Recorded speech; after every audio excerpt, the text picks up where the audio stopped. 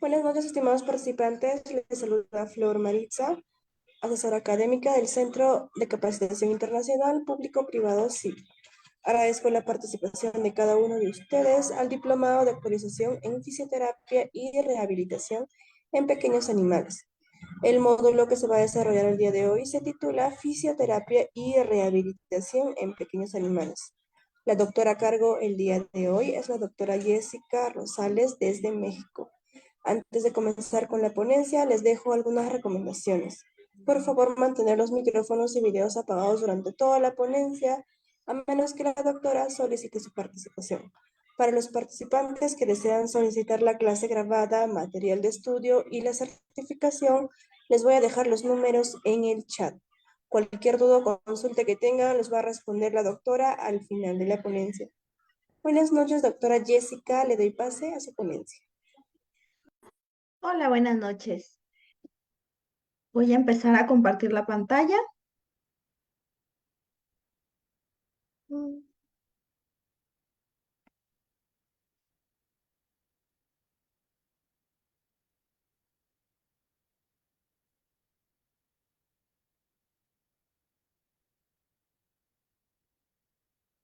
Bien, pues el tema que nos ocupa el día de hoy es lo de fisioterapia y rehabilitación en pequeños animales. Mm, Como agenda, pues vamos a tener lo que es la importancia de la rehabilitación en pequeños animales, la biomecánica y movimiento en pequeños animales, la elaboración de un plan de tratamiento basado en la evaluación, las técnicas de fisioterapia y rehabilitación y un video de más como de tipo aclaración de dudas. Me dice por aquí que tengo el micrófono apagado, pero a mí me aparece como activado. ¿Ya se está escuchando bien? Sí, se la escucha muy bien, doctora. Ah, muy bien, gracias. Y les comentaba que al final vamos a tener un video y la aclaración de las dudas. Bueno, la importancia de la rehabilitación en pequeños animales radica en el bienestar animal. Y para eso nosotros tenemos que saber qué es la fisioterapia veterinaria, la cual es una disciplina que se va a enfocar en reforzar y mantener en la forma física de los animales para prevenir las lesiones y en caso de que ellos ya tengan algún tipo de lesión, poder restaurar. Si no podemos restaurar, quitar el dolor para ayudar a sus movimientos, como ya lo hemos comentado, al menos que puedan hacer los movimientos de traslación básicos, ir al baño, ir a comer, poder moverse para que no se ocasionen algunos tipos de daños como las llagas. Y esto obviamente va a contribuir a mejorar el bienestar físico y mental del animal. Hay que tomar en cuenta que nosotros en fisioterapia vamos a tener que hablar del estado físico, pero también vamos muy ligados con el estado mental. Esta parte no la podemos dejar de lado, ya que nos ocupa pensar en el bienestar general de cada uno de nuestros pacientes. Desde que nosotros estamos reconociendo a nuestro paciente como un ser sintiente. En este momento en que nosotros lo hicimos como ser sintiente, estamos conscientes como fisioterapeuta que ellos sienten dolor, que ellos desarrollan algunos tipos de ansiedad, que tienen sufrimiento físico y sobre todo el sufrimiento mental. Esto nos va a hacer más sentido cuando veamos las técnicas de fisioterapia. ¿Por qué? Porque lo que menos nosotros queremos lograr en los pacientes es que ellos tengan la ansiedad a la hora de realizar algún tipo de masaje o algún tipo de manejo. Entonces, siempre vamos a ir muy ligados con la parte del bienestar. Dentro de los beneficios, vamos a ver que nos va a reducir el dolor e inflamación, nos va a prevenir la atrofia muscular, va a potenciar la coordinación y el equilibrio y sobre todo nos va a estimular la psicomotricidad. Vamos muy de la mano con el desarrollo neurológico también de nuestros pacientes y con esta parte del desarrollo neurológico también con el comportamiento. Entonces, vamos a pasar a la parte de la biomecánica y los movimientos en pequeños animales. Para medir la biomecánica, yo me tengo que basar en la anatomía topográfica, sobre todo en mis planos. ¿Por qué? Porque yo tengo que ver la simetría que hay en los movimientos de mis pacientes. Entonces, vamos a estudiar el movimiento del cuerpo del animal y estos van a ser en cuadripedestación, en sedentación y decúbito. Vamos a volver a repasar la parte de las posturas. Me comentan aquí que siente que va voy un poquito rápido, entonces me voy a ir un poquito más lento. Vamos a ver la parte de la postura, en donde la postura nos va a dar la parte del tono muscular y vamos a estudiar todas las afecciones que tienen relación con las posturas. Vuelvo a mencionar, las posturas van a ser en cuadripedestación, van a ser sedantes o al momento de sentarse y decúbito. A partir de esto, pues nosotros vamos a hacer los análisis, como se los decía, ¿no? Vamos a ver los planos y basados en esos planos vamos a tomar las decisiones de qué articulación es la que estaría dañada o qué músculo estaría dañado, qué parte nosotros necesitamos, pues ahora sí que priorizar para atender a nuestro paciente. También otra de las cosas que tenemos que evaluar es la importancia de los músculos y dentro de esto tenemos que conocer cada función de nuestro sistema muscular. El esfuerzo va a tener que aumentar con base a la sustentación muscular y mientras más vaya a reposo, tiene que ser cada vez menor el esfuerzo. ¿Qué quiere decir esto?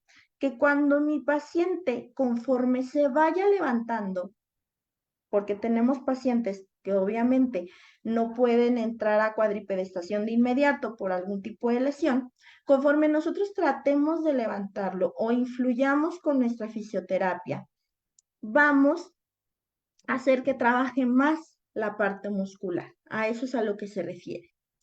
Dentro de eso también vamos a tener la parte del mantenimiento, en donde nosotros vamos a requerir que el músculo genere fuerza contrayéndose isométricamente.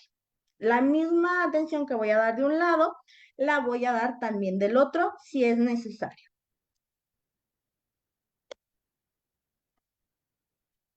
Entonces, vamos a tener las alteraciones posturales que ya las conocemos, en donde vamos a encontrar lesiones en lo que son los miembros anteriores, los miembros posteriores, perdón, la parte de la columna, el cuello también podemos encontrar. Y unas de estas lesiones pueden ser lo que son las artrosis, las discopatías, las claudicaciones y las alteraciones neurológicas. Ahora, para la elaboración de un plan de tratamiento lo vamos a ir viendo alrededor del diplomado.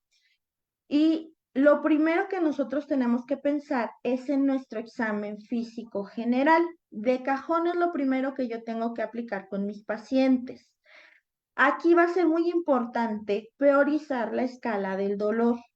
Posterior a eso, voy a tener que hacer un examen completo de mi sistema muscular o de mi sistema musculoesquelético, en donde voy a ver la gama de movimientos PROM. En la siguiente clase lo vamos a ver más a fondo, lo que son los movimientos PROM. Básicamente son las flexiones y extensiones, pero también voy a tener que hacer mediciones de la masa muscular. Estas mediciones me van a servir para establecer en dónde estoy y a dónde quiero llegar con ese paciente. Y junto con eso, establecer mis metas. Otro de los exámenes que voy a tener que realizar sería mi examen neurológico, sobre todo mi Glasgow modificado. Y esto va a verse más reflejado y va a recobrar más importancia en los pacientes que han sufrido algún daño neurológico, sobre todo en la parte del cerebro. Y por eso es que yo tengo que evaluar mis 13 pares craneales. Otra de las cosas es que a raíz de esto yo voy a poder elegir las técnicas. ¿Por qué? Porque no voy a ocupar toda mi gama de técnicas en un paciente. Yo tengo que hacer un plan y tengo que estar consciente de que mi plan tiene que habituarse a los ejercicios que requiere mi animalito. Dentro de la historia clínica, al iniciar, pues vamos a tener que hacerlo de rutina, establecer en qué especie le estoy dando, cuál es la raza, cuál es el fin zootécnico, que es muy importante. No va a ser, ahora sí que no va a ser el mismo tipo de recuperación que yo daría en un perro que debería de ser para guardia y custodia, que en un perro que solamente lo quiero para que se traslade a comer, que esté dentro de casa, que tenga una protección completamente diferente. Entonces, también mi fin zootécnico me va a marcar otros de los ejercicios que yo tengo que realizar con estos pacientes. Otra de las cosas que voy a evaluar es el temperamento. ¿Por qué? Porque muchas veces voy a tener que trabajar o a favor o en contra del temperamento que tenga mi perro. Y el temperamento también puede ser o llegar a ser algún tipo de limitante al final cuando yo dé mi terapia. ¿Por qué? Porque si del principio el perro tiene un carácter más fuerte que el mío y yo soy más tolerante, el perro pues puede prestar o puede interpretar estas situaciones como una forma pues vamos a decirlo de esta manera, ¿no? Una forma en la que él no va a responder de la manera que yo quiero. ¿Por qué? Porque a lo mejor él lo ve más como la parte del jugueteo que una parte de trabajo. También vamos a prestar mucha atención en el hogar en el que se desarrolla y las características que puede llegar a tener en el hogar, sobre todo las que nos van a influir. Dentro de esto vamos a ver en dónde duerme, qué tipo de hogar, si llega a tener algún tipo de casa, qué tipo de hogar tiene, si es lavable, si no es lavable, si se acondiciona a la situación que tiene mi paciente y si podemos hacer modificaciones para lograr el bienestar de este paciente. ¿A qué me refiero con la parte del hogar? A que vamos muchas veces a mandar las terapias para casa. Y por eso es que nosotros debemos de establecer con qué contamos en la clínica y con qué contamos en el hogar del paciente. Algunas otras cosas que vamos a tener que evaluar al momento de hacer nuestra historia clínica serían algunas generalidades, por ejemplo, si el perro va a tener la atención de los tutores al 100% o si vamos a tener solamente algunos horarios en donde ellos puedan intervenir. El historial de las enfermedades, sobre todo para evitar sobreesfuerzos en nuestros pacientes o algún daño colateral, los fármacos que han recibido en los últimos 6 meses al menos, y si vienen de algún tipo de cirugía, pues los fármacos que siguen tomando. Las vacunas y desparasitaciones van a ser importantes. ¿Por qué? Porque son pacientes que vamos a estar citando a la clínica diaria y que en algún momento, pues sí podría haber algún tipo de enfermedad que se pueda contagiar dentro de la clínica. Entonces sería muy importante que pues tenga su calendario preventivo al día. Y si viene referenciado, saber cuál es la razón por la cual no la están remitiendo a nuestra clínica y todos los estudios, contar con todos los estudios que requiere para que nosotros tengamos nuestra base de datos de información sobre ese paciente. Dentro del examen físico, pues ya sabemos que tenemos que evaluar nuestro estado mental, el peso, la posición corporal, el porcentaje de deshidratación, revisar las membranas mucosas, tiempo de llenado capilar, reflejo de glutorio, reflejo de oxígeno y bueno, en fin, nuestras 16 constantes. Pero esto nosotros lo tenemos que hacer cada una de las sesiones de manera muy rápida y muy general, pero hay que detenernos en algunas. Por ejemplo, en la parte de la auscultación de campos pulmonares, nuestra frecuencia respiratoria, nuestra frecuencia cardíaca y nuestra temperatura, que van a ser los que nos van a dar los signos de alerta y basados en ellos vamos a poder decir, no, esta vez no podemos dar la fisioterapia. ¿Por qué? Porque a lo mejor trae una infección que yo necesito tratar antes de empezar a dar la fisioterapia. ¿Cómo se mide la frecuencia cardíaca y la frecuencia respiratoria? Bien, primero, entonces vamos a establecer, me gustaría que de manera muy general me escriban ahí por el chat si a qué rama de la medicina pertenecen, si solamente se dedican a fisioterapia, si son médicos veterinarios, antes de seguir con esta ponencia, para ver hasta dónde vamos a aterrizar las ideas. Ahí sí me pueden escribir a grosso modo a qué se dedican.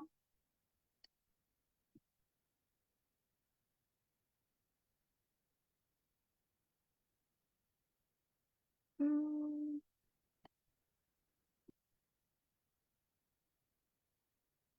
¿Los leo?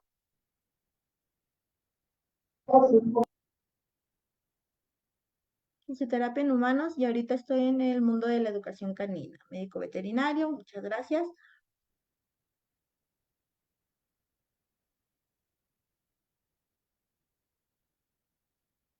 Bueno, en general nosotros como médicos veterinarios, pues lo que usamos es nuestro estetoscopio para revisar la frecuencia cardíaca de nuestros pacientes. Y sabemos que nuestra frecuencia cardíaca en los pacientes, aparte de que va a tener variabilidades por el lugar en donde nos encontremos, también va a tener la variabilidad entre las razas. Entonces, podemos hacer aceptable una frecuencia cardíaca de 90 en perros que son muy grandes, en reposo, obviamente, y que podemos llegar a encontrar a nuestros chihuahuitas, a nuestros chihuahueños que van a tener y observan una temperatura mucho más alta y que a veces pueden llegar hasta 200 latidos por minuto.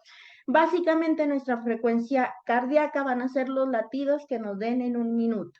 Y lo que yo les recomendaría ahí, pues obviamente apegarnos a la parte de la literatura, y la literatura nos va a dar obviamente hasta por raza, cuál es la frecuencia cardíaca. Ojo también, ¿por qué? Porque me va a variar según la latitud. Igual que el tiempo de llenado capilar, para nosotros en México lo normal son 2 segundos, en Estados Unidos debería de ser de 1 segundo. ¿Por qué nos va a variar esto? Obviamente por la latitud. Eso es lo que nos va a hacer la variación. Entonces, aquí, primero la frecuencia cardíaca, eso, nuestro estetoscopio, y bueno, nos lo va a marcar los latidos por minuto. Y nuestra frecuencia respiratoria, el número de elevaciones torácicas que nosotros tenemos, igual en un minuto, esa es la que nos va a marcar. Lo normal podría irse de 8 a 30 respiraciones por minuto. Eso puede ser lo normal, y también van a haber variaciones entre las razas. Nuestra temperatura también va a tener una variabilidad.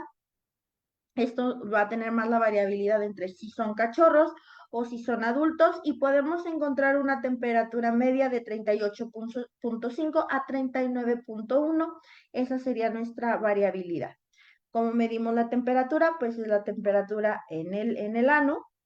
Metemos el termómetro y de esa manera lo vamos a revisar. A los que no son veterinarios, voy a leer un poquito los comentarios. Fisioterapia en humanos, los que no son veterinarios deben pedir que lleguen con una orden de fisioterapia con una consulta previa para saber que todo está bien. Médico veterinario, medicina alternativa. Muy bien.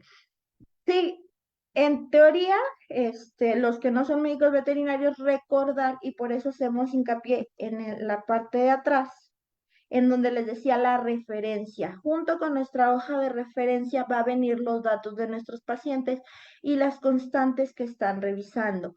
Pero ojo, a la hora de hacer la fisioterapia, nosotros debemos de revisar al menos frecuencia respiratoria, frecuencia cardíaca y temperatura del paciente. Esas son las tres que yo les recomendaría que tomen. ¿Por qué? Porque volvemos a decirlo, por el bienestar de nuestros pacientes, si ellos presentan una temperatura elevada, no lo puedo meter a fisioterapia, necesito derivarlo para que revisen por qué está teniendo una temperatura elevada. Si mi perrito tiene un problema cardíaco, no lo puedo meter a fisioterapia, necesito revisar si ese problema cardíaco no afecta a la parte que está haciendo el trabajo. Si yo le meto un esfuerzo, asegurarme que ese paciente no puede sufrir un paro cardíaco, un paro respiratorio. ¿Por qué? Porque basados en ellos yo voy a saber qué ejercicio debo de poner o la resistencia a cada uno de los ejercicios. Tomar ahora sí que mis tiempos, estimaciones de tiempo que van a ser muy importantes. ¿Cuánto tiempo lo voy a meter? ¿Una hora de sesión? ¿Media hora de sesión? ¿15 minutos de sesión? Por eso es que va a ser importante que nosotros revisemos al menos estas tres constantes. Ahora, Dentro de mi examen también, lo que yo tengo que evaluar es mi piel. Si mi piel tiene algún tipo de lesión, tengo que derivarlo al médico veterinario. Si tengo una lesión que presenta rubor, calor, pérdida de la función, obviamente está edematizado, que tiene dolor, que presenta dolor, obviamente también lo tengo que derivar con mi médico veterinario. Y en caso de que nosotros seamos los médicos veterinarios, lo que tenemos que hacer es evaluar por qué está teniendo estos signos de inflamación. Ahora, ¿en dónde también nos recobra algún tipo de importancia y relevancia? En que pueden haber infecciones al momento de que yo estoy tratando a un paciente que pudiera llegar a tener algún tipo de hongo, algún tipo de ectoparásito, me va a hacer una contaminación. Y si bien yo tengo que desinfectar mi equipo cada que pasa entre paciente y paciente, pues hay que evitar también este tipo de contaminaciones cruzadas entre pacientes. Hay que confiar en que yo limpio muy bien mi equipo, pero también hay que estar conscientes de que no lo voy a usar en un perrito que esté enfermo, que necesito primero tratar esa enfermedad. Otra de las evaluaciones que vamos a tener que hacer sí o sí es nuestra evaluación del dolor, en donde vamos a tenerlo en perros por las vocalizaciones, lo vamos a tener por el comportamiento de mi paciente, por la postración o si se está inquieto, si se moviliza demasiado, si nosotros tocamos el lugar de la herida o sin que toquemos el lugar de la herida, él está inquieto, se está lamiendo. Por la palpación, si yo lo estoy tocando, él ya está irritado, si me está empezando a gruñir. Si él tiene movilidad en el área o no presenta algún tipo de movilidad, también le voy a dar un porcentaje. Y al final voy a interpretar. Hay diferentes escalas del dolor. Yo aquí lo que les recomiendo es que se apeguen a una que para nosotros sea fácil manejar y recordar. Y si no la recuerdo, pues al menos tener una notita, un blog de notas en donde yo pueda evaluar estas escalas del dolor y sacarlo de una manera muy rápida. En los gatos va a ser algo complicado que nos lleguen pacientes gatos. ¿Por qué? Porque al menos para llevarlos a consulta es algo complicado. Ellos desde que llegan a nuestra consulta ya se quieren ir y muchas veces manejarlos en una consulta de rehabilitación va a ser incómodo para el gato y si salimos bien librados, lo que nos vamos a llevar mínimo es un arañazo. Pero hay que tomar en cuenta que si nos llega a tener o nos llega a la clínica un paciente que es gatito, es lo primero que tenemos que ver como prioridad a ese gato. ¿Por qué? Porque se nos va a empezar a estresar desde que él llega. Y el estrés obviamente va a hacer que no ponga atención, que no quiera trabajar, que esté más preocupado el gatito en ver si hay algún tipo de factor que haga que él huya, que tenga el reflejo de huida. Y obviamente eso nos va a entorpecer nuestro tratamiento. Dentro de eso, pues vamos a ver el básico, ¿no? De la escala del dolor. Si nosotros tenemos un dolor ausente, el gatito va a estar receptivo, va a estar buscando. Si nosotros tenemos un dolor moderado, podemos ver aquí los ojitos que ya empiezan a cerrarse. Y cuando tenemos un dolor intenso, por lo general el gato va a tener sus ojos completamente cerrados y los va a llegar a apretar. Así es como podemos, de una manera muy rápida, determinar el dolor. A nuestro examen ortopédico, nosotros nos vamos a fijar en las situaciones posturales, que vamos a hacerlo en estancia y en dinamia. Vamos a hablar un poquito más de ellos en la siguiente diapositiva. También vamos a ver las claudicaciones y los grados de claudicaciones. Si nos está levantando la pata, cómo nos está levantando la pata, si esa pata presenta dolor y de esa manera nosotros vamos a evaluar y recordemos que tenemos 4 grados de claudicación. Si a la palpación y a la manipulación él refleja algún tipo de dolor o simplemente no le molesta, también vamos a hacer nuestros movimientos de cajón, nuestra prueba de Ortolane y de Barden. Si se llega a requerir y si no somos médicos veterinarios, mandarlo con nuestro médico veterinario para que nos establezca las puntuaciones. En dinamia y al paso, ¿qué tengo que revisar? Pues primero el apoyo, si se apoya en 2, si se apoya en 3 patas o si realmente se está apoyando en los 4 miembros. Al trote, si tiene un breve instinto de suspensión. ¿Qué quiere decir esto? Si de repente empieza con algún tipo de cojera o en caso de que su miembro sea inmóvil, que él trate de apoyarlo. Ahí ves a lo que nos referimos con el instinto de suspensión. Si el apoyo va a ser alternado en los dos miembros laterales, que camine con las dos patas izquierdas y con las dos patas derechas al mismo tiempo, esto también nos va a hablar de que hay algún tipo de alteración. Después vamos a ver la forma de evaluar. Y la forma de evaluar primero va a ser por mi gama de movimiento PROM, que son mis movimientos de flexión y extensión, con ayuda de un instrumento que se llama goniómetro. Este instrumento yo lo voy a utilizar para ver los ángulos en las articulaciones móviles. Estos ángulos me van a dar mis medidas y estas medidas lo que me van a hacer es darme un diagnóstico de si realmente estamos avanzando en la fisioterapia o nos estamos reteniendo.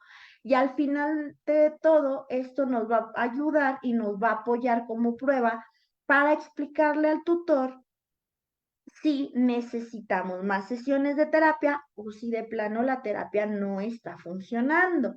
Ahora, la goniometría sirve como una manera objetiva de medir el rango, discúlpenme ahí por rango, el rango del movimiento articular. Nos va a ayudar a dar la información del arco de movimiento, que lo vamos a ver en la siguiente clase. Nos va a ayudar a la toma de decisiones o, en su caso, modificar los tratamientos. Vamos a tener los resultados para documentar el progreso, que después de todo eso lo que quieren los tutores, saber si en verdad ha habido un progreso o no, y determinar la presencia de disfunción de alguna articulación o del miembro. Con esto vamos a generar un diagnóstico biomecánico. Dentro de eso vamos a tener consideraciones. Primero, que vamos a ocupar a 2 personas para poder establecer una buena medida. Que vamos a tener que comprar un ionómetro según el tamaño. ¿Y en dónde los venden? Pues Mercado Libre, AliExpress o en alguna papelería en donde se dediquen a vender cosas de arquitectura. Ahí también los podemos encontrar. La medición va a tener que ser pasiva y va a tener que ser bilateral. ¿A qué nos referimos con una medición pasiva? A que mi paciente va a tener que estar recostado de cúbito, echadito de lado, como lo conocemos. Entonces va a estar echado de lado y va a ser por los dos, en los dos miembros. Va a variar debido a la masa muscular. No va a ser la misma medida que me tenga que dar en un chihuahueño que la que me va a dar un Rottweiler. ¿Por qué? Porque no estamos hablando de la misma masa muscular ni tampoco del mismo ancho de los huesos.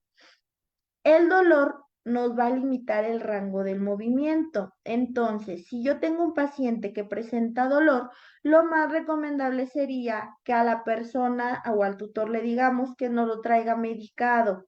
Podemos decirle que no lo medique antes de la terapia para evitar algún tipo de dolencia, o si nuestra terapia es muy pesada con este paciente, decirlo que lo medique después para que tenga una forma de relajación muscular también y quite el dolor. Aquí ya dependería ahora sí de lo que yo tengo que trabajar con este paciente. También hay que tomar en cuenta que si mi paciente viene de cirugía, el rango de movimientos también se va a ver limitado. ¿Por qué? Porque mi piel duele, porque mi piel, al momento de haber hecho la cirugía, está pasando por un proceso de cicatrización que me está limitando mi rango de movimientos. En cuanto a los movimientos que yo tengo que revisar, con mi ionómetro sería el hombro, el codo y la cadera. Dentro del hombro vamos a ver que nuestro brazo proximal del goniómetro lo vamos a colocar sobre la espina de la escápula y mi brazo distal va a ser sobre el eje longitudinal del húmero. En el codo, para sacar la medida, vamos a ver que mi brazo proximal del ionómetro tiene que estar sobre la inserción del músculo infraespinoso y el epicóndilo lateral del húmero.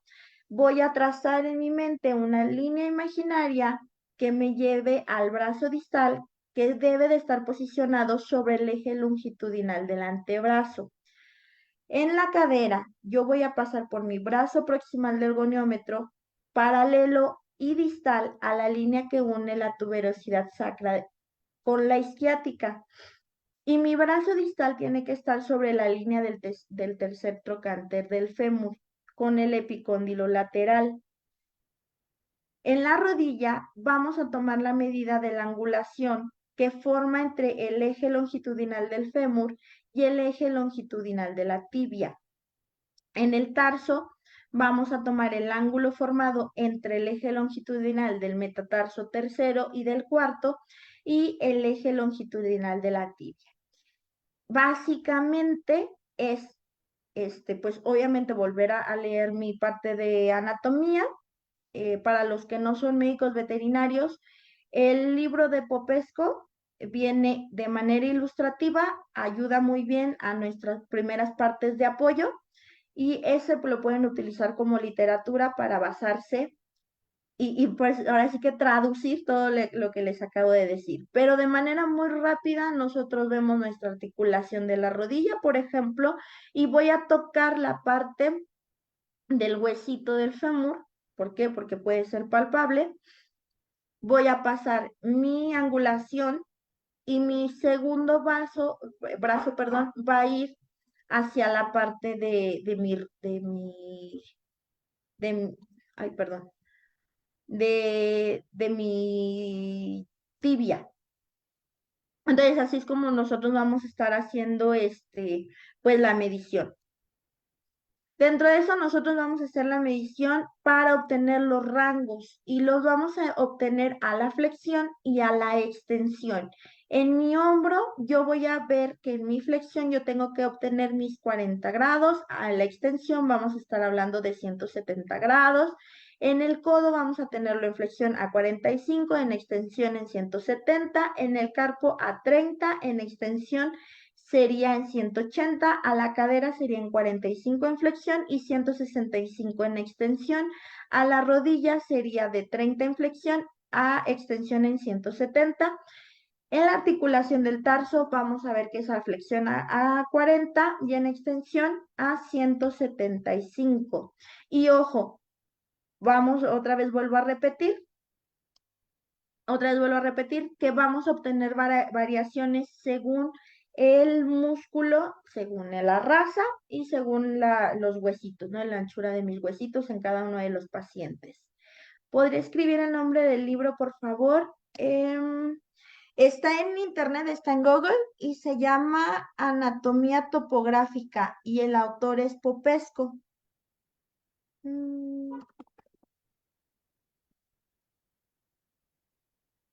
Hay millones de libros que los van a encontrar en internet de manera gratuita de anatomía topográfica de los animales domésticos, así.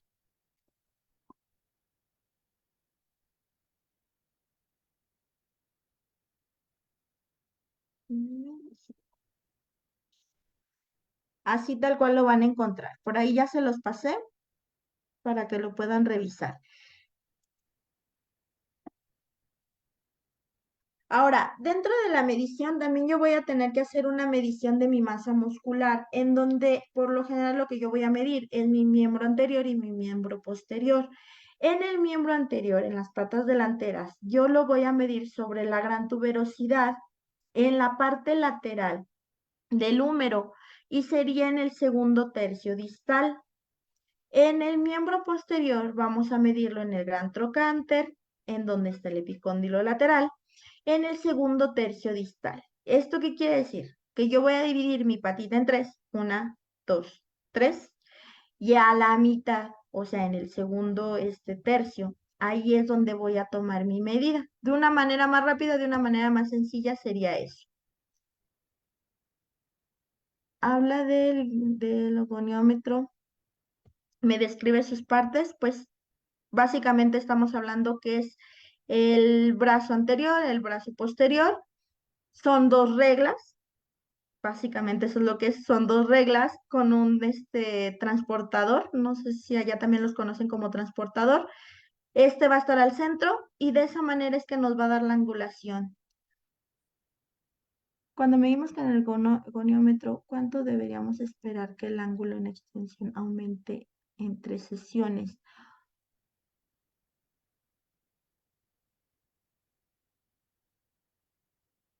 Pues más bien dicho, en esta parte me hacen la pregunta de cuánto deberíamos de ver del ángulo.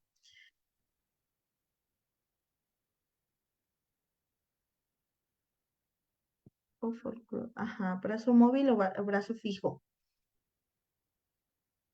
Les comentaba, de acá de la parte de lo que nosotros tenemos que ver es llegar a la angulación. ¿Por qué? Porque si nos vamos a dar cuenta de que nuestros pacientes van a llegar de cirugía, nuestra patita, por lo general lo que vamos a encontrar es que está en extensión y que esa patita ha llevado mucho tiempo con esa extensión. Entonces va a ser difícil flexionarla.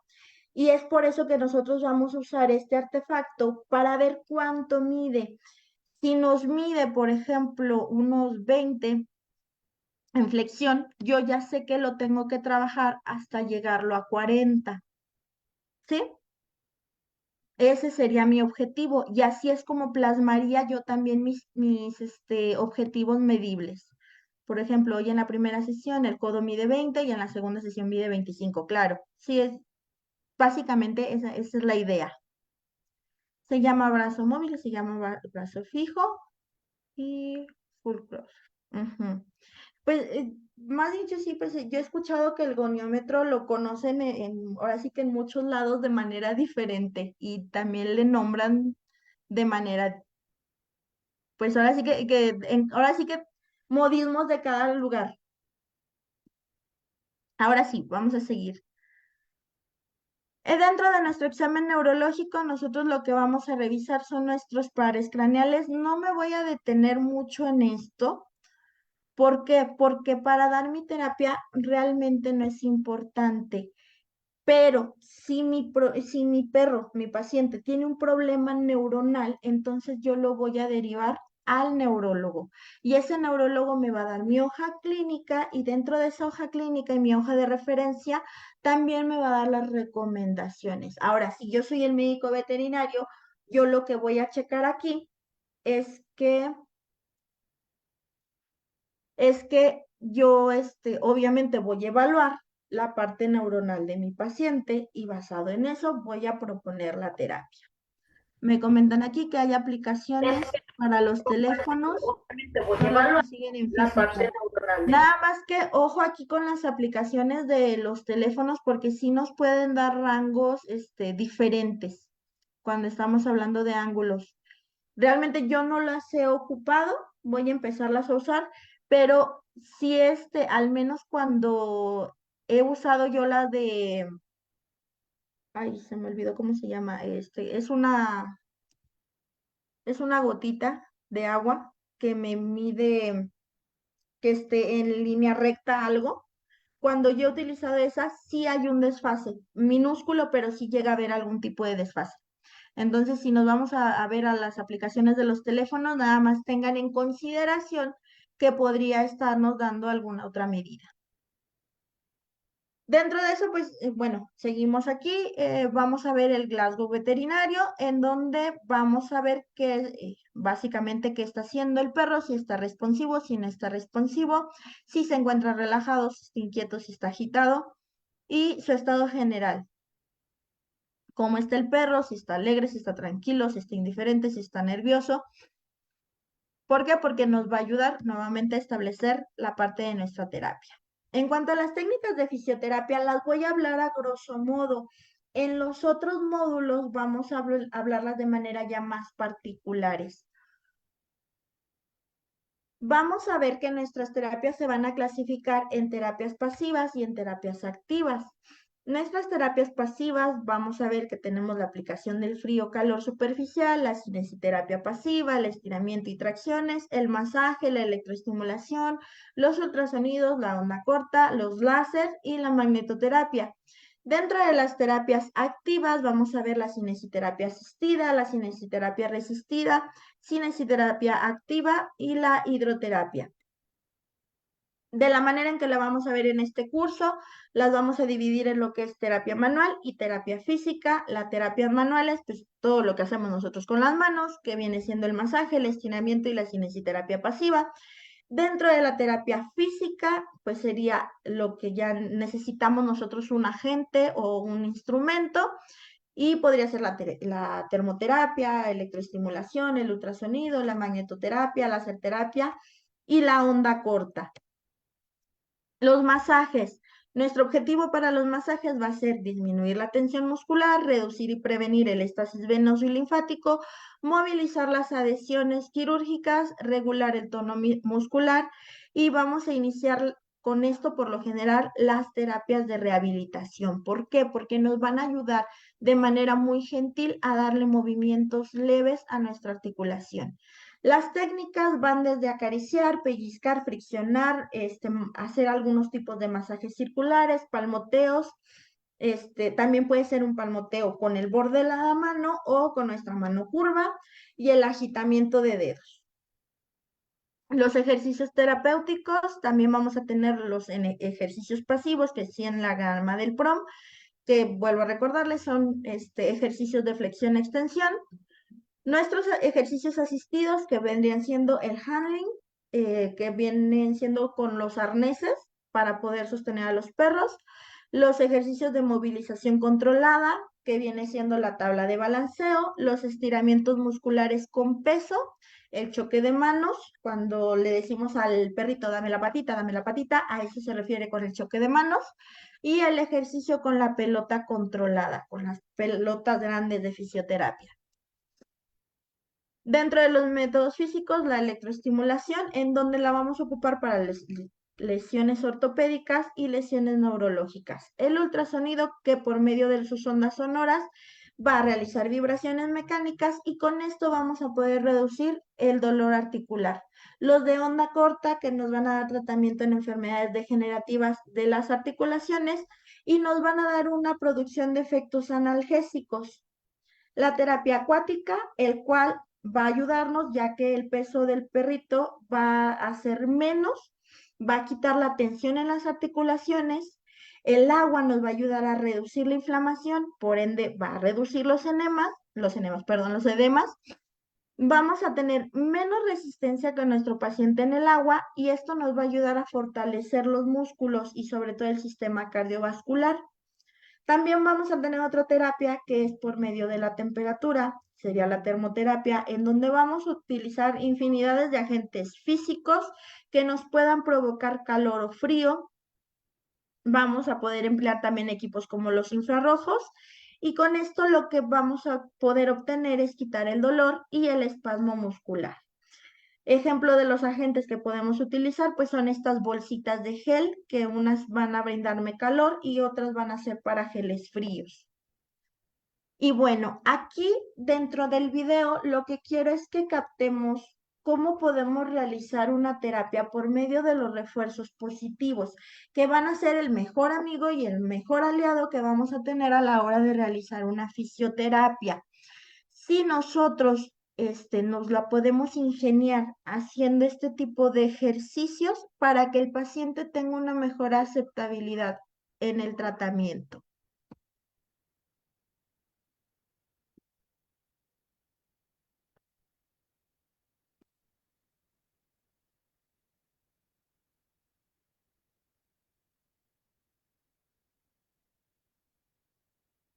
Hola, ¿sabías que en un entrenamiento con refuerzo positivo se le da al perro una recompensa para reforzar un determinado comportamiento? Para ello puedes utilizar comida, juguetes como por ejemplo pelotas o mordedores, caricias e incluso tu voz.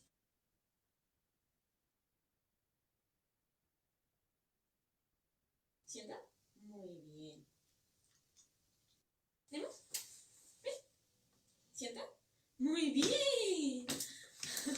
¿Sienta? Muy bien.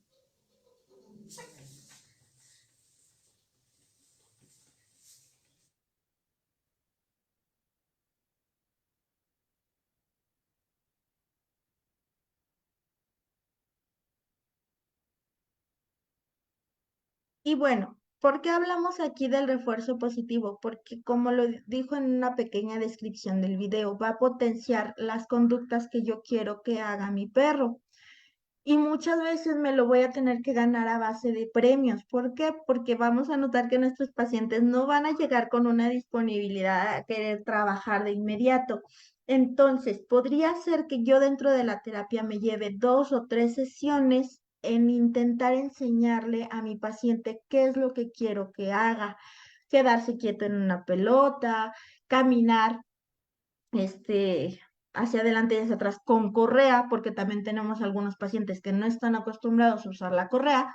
Y a base del refuerzo positivo yo puedo lograr estas situaciones y con eso pues obtener la receptibilidad en mis pacientes para el tratamiento. También tomar en cuenta que mi refuerzo positivo no solamente va a ser darles dulces, porque también voy a tener otros pacientes que se encuentran en estados de obesidad. Entonces, si yo planeo darle dulces o darle galletas, esto va a hacer que su estado, pues obviamente sea se agrave más. Puedo utilizar refuerzos positivos como puede ser la parte de la caricia o simplemente con mi voz y con el tono de voz hacer que el perrito sienta que hizo bien un trabajo. Y pues bueno, de esa manera vamos a convertir el refuerzo positivo en uno de nuestros aliados a la hora de la terapia. Con esto pues estaría yo concluyendo. Si tienen alguna pregunta, si tienen alguna duda, con mucho gusto las podemos aclarar.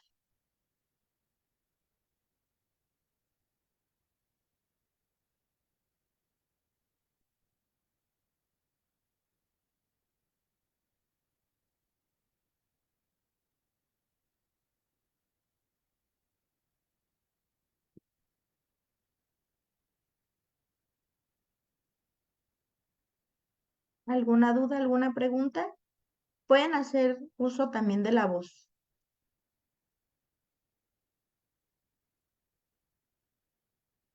Doctora, ¿con qué frecuencia hace la masoterapia?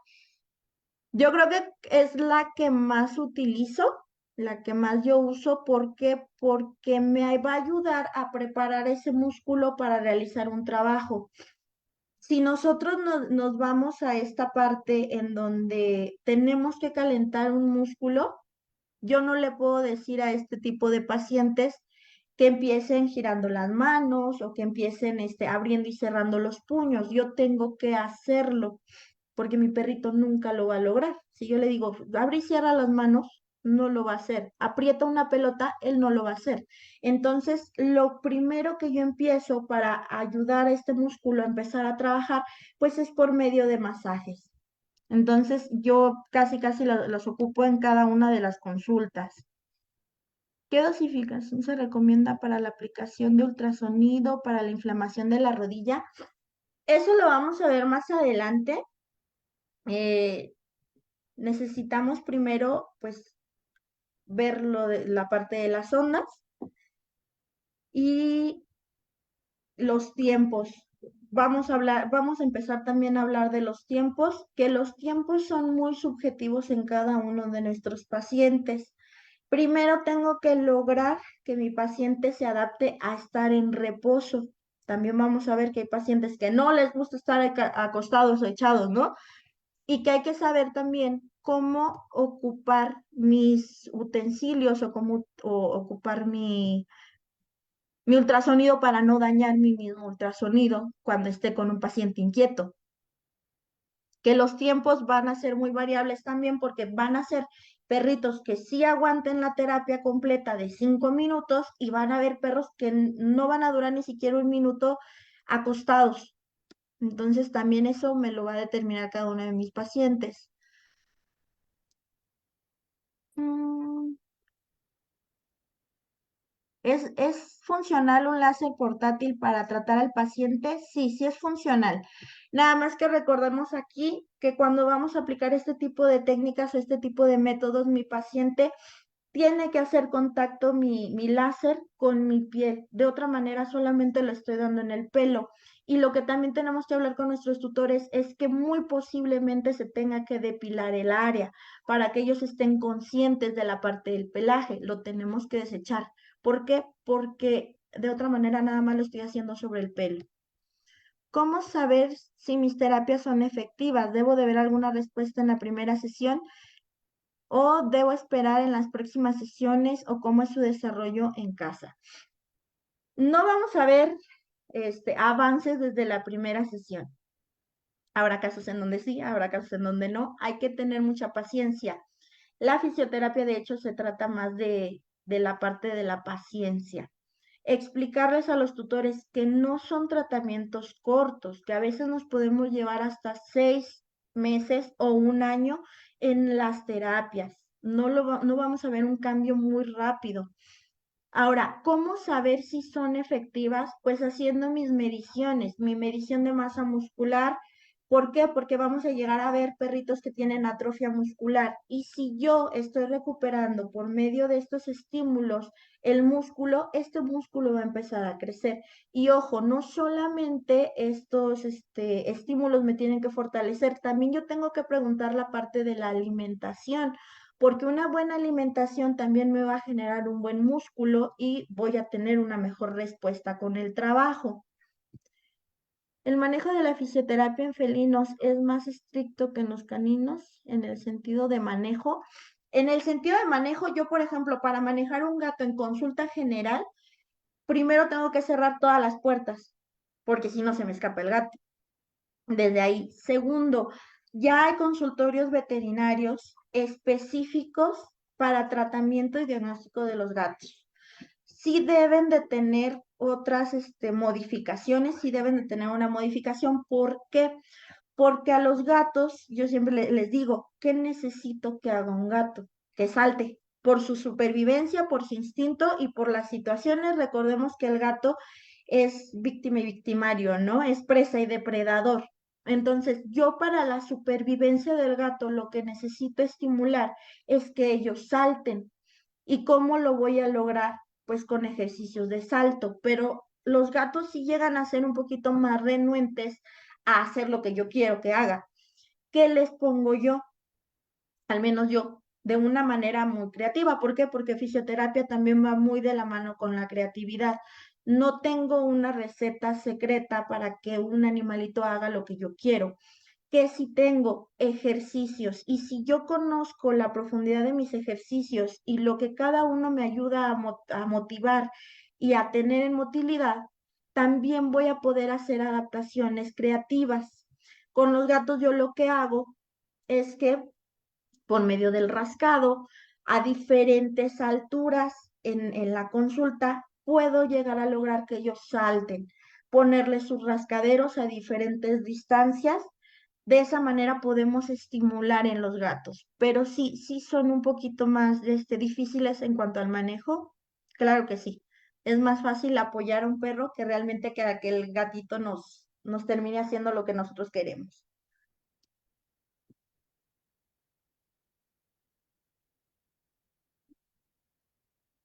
De nada. ¿Alguna otra duda, alguna otra pregunta que tengan?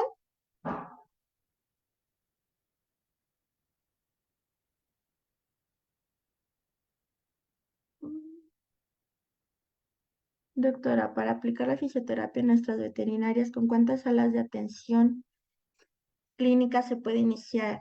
¿Y cómo dividir las salas ocupando el espacio para hacer la mayoría de estas técnicas que hemos aprendido? Pues bueno, depende de qué paciente estoy tratando, si es un perro o si es un gato. Eso sería lo primero que yo debería de evaluar. ¿Por qué? Porque al perro yo lo puedo trasladar a algún tipo de parque. Entonces, a lo mejor no utilizo realmente un lugar dentro de mi clínica, pero sí puedo utilizar un lugar externo. Recordemos también que en las clínicas algo que nos va a entorpecer el trabajo es que tenemos pisos en donde se puede resbalar nuestro paciente. Si nosotros ya vamos a condicionar un área, pues con un consultorio también depende mucho de la afluencia de pacientes que nosotros tengamos, pero con un consultorio que tengan las colchonetas o que tengan los colchones de FOMI, con eso sería más que suficiente en algún punto. Pero si nosotros tenemos la posibilidad de que nuestros pacientes se muevan en tierra, en piedra, en loseta, sería lo mejor en hojas, también en hojas. ¿Por qué? Porque estamos estimulando lo que es el sistema nervioso, estamos estimulando la parte muscular y la parte ósea.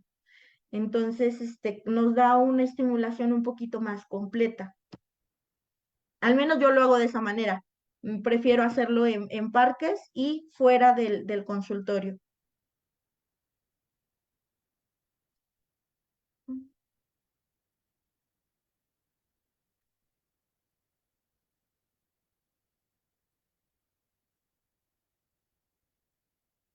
¿Alguna otra duda? ¿Alguna otra pregunta?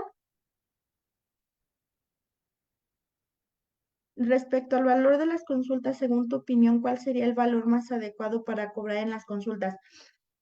Vuelvo a comentarles aquí que cada uno de nosotros decidimos el valor de nuestra consulta. Ahora, yo pues llevé también un poquito de estudios en lo que es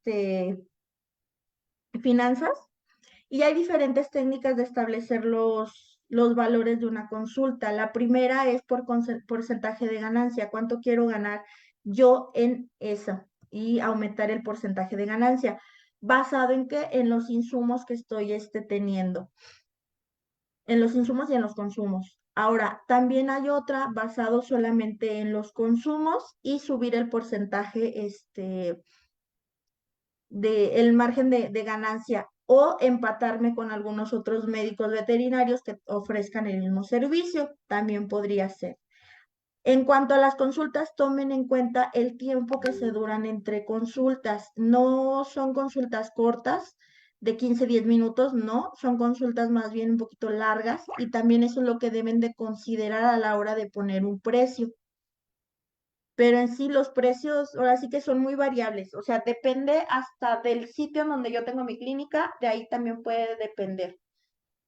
Acá en México, como que ahora sí que más bajita la mano, lo que más bajo que he escuchado que cobran por ese tipo de terapias, que también digo, vuelvo a repetir, depende mucho de la infraestructura que nosotros estemos ocupando, sería como unos 500 pesos acá en México. ¿Qué opina de la acupuntura y de las terapias alternativas, que no tienen mucho basamiento científico, sino más holístico? Yo he visto técnicas de acupuntura que son muy buenas y que funcionan muy bien. Realmente yo no ocupo mucho la acupuntura, sí la he ocupado para otros fines, pero hay una técnica de acupuntura que, por ejemplo, se pone en lo que son las vértebras lumbares y eso ayuda a quitar muy bien el dolor. Yo la he visto cómo la aplican, nunca la he aplicado, pero he visto cómo la aplican y he visto que el paciente termina caminando mejor de cómo llegó y nada más con ese punto de acupuntura. 500 pesos, ¿cuántos serían en dólares? Déjeme sacar mi conversión. Buenas noches, ¿es recomendable intercalar fisioterapias y terapia con luz roja? Claro que sí, sí es muy recomendable. Por eso les digo, son sesiones que se van a tardar una hora. ¿Por qué? Porque yo puedo iniciar con masajes, después de eso puedo meter algún tipo de ejercicio de flexión y extensión, posterior a eso meter algún tipo de equipo, ultrasonido, láser terapia, electroestimulación, después bajar la intensidad, que también lo vamos a ver alrededor de estas clases, puedo bajar la intensidad de mi ejercicio, volver a flexión y extensión y terminar y cerrar con masajes. Sí, de hecho, lo mejor y lo más recomendable sería variar los ejercicios. Aparte de que siempre tenerlas bajo la manga, ¿por qué? Porque si mi perro o mi paciente no está receptivo ante el ejercicio ese día porque tiene dolor, puedo solamente utilizar la parte de los masajes. ¿Recomendaría usted trabajar con electroacupuntura y magnetoterapia a la vez? Electroacupuntura y magnetoterapia a la vez. Yo creo que es un trabajo muy pesado para un músculo, la acupuntura. Sobre todo cuando le estamos pasando la parte de la corriente eléctrica, yo solamente en esa sesión me quedaría con la electroacupuntura. porque sí es muy pesado para el músculo y vamos a dejar cansado al paciente. La acupuntura y la homeopatía sí tienen basamiento científico y su estudio es una especialidad que dura 3 años. Excelente para completar la fisioterapia. Estoy sacando cuánto sería en dólares, ¿eh? Todavía sigo con esa parte. 500.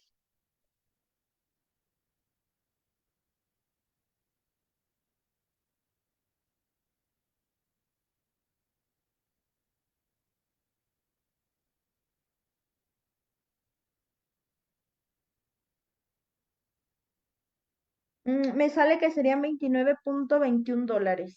La acupuntura y la homeopatía tiene... De hecho, hay un libro muy bueno que sacó la Universidad Autónoma de México de acupuntura. Está bien explicado, está bien detallado y habla desde la anatomía, la fisiología y lo que se hace en cada uno de los músculos. Está muy bien realizado. Así que como fundamento científico, sí, sí tiene fundamento científico. Yo me voy más a la parte de la acupuntura. ¿Alguna otra duda?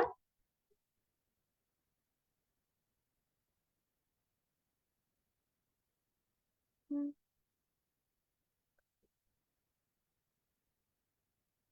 Hacer estas terapias para un paciente que tuvo alguna fractura. La decisión de iniciar la fisioterapia depende del cirujano, del médico de cabecera, pero nosotros como fisioterapeutas... Ah, esa es una muy buena pregunta.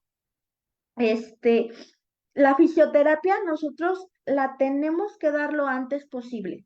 ¿Y cómo podemos iniciar con nuestra terapia frío-calor? Sobre todo cuando acabamos de salir de una cirugía, lo que vamos a tener es la inflamación del tejido. Entonces, podemos utilizar fomentos fríos para iniciar nuestra fisioterapia y eso puede ser a las horas de haber tenido la parte de la cirugía. Entonces, desde ahí nosotros podemos utilizar nuestra fisioterapia. Ya después, para los movimientos, obviamente, a ver primero la evaluación médica y posterior a la evaluación médica, empezar a idear los planes de movilización. Eso ya también tendría que ser otra cosa.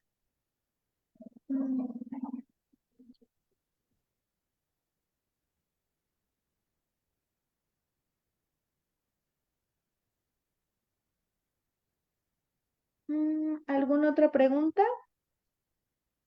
Bueno, de todos modos, cualquier duda, cualquier aclaración, yo quedo a sus órdenes. Ay, ay, ay. Pues a mi número de teléfono, al correo o en las páginas que manejo, por si llegan a tener alguna duda. O si no, también me pueden hacer llegar sus preguntas por medio del centro. Les digo, esta nada más es como la introducción.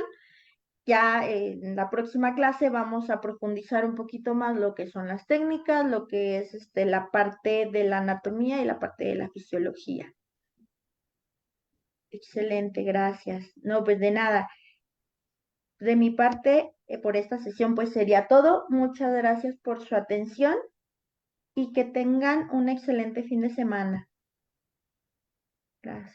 De nada, hasta luego. Buenas noches.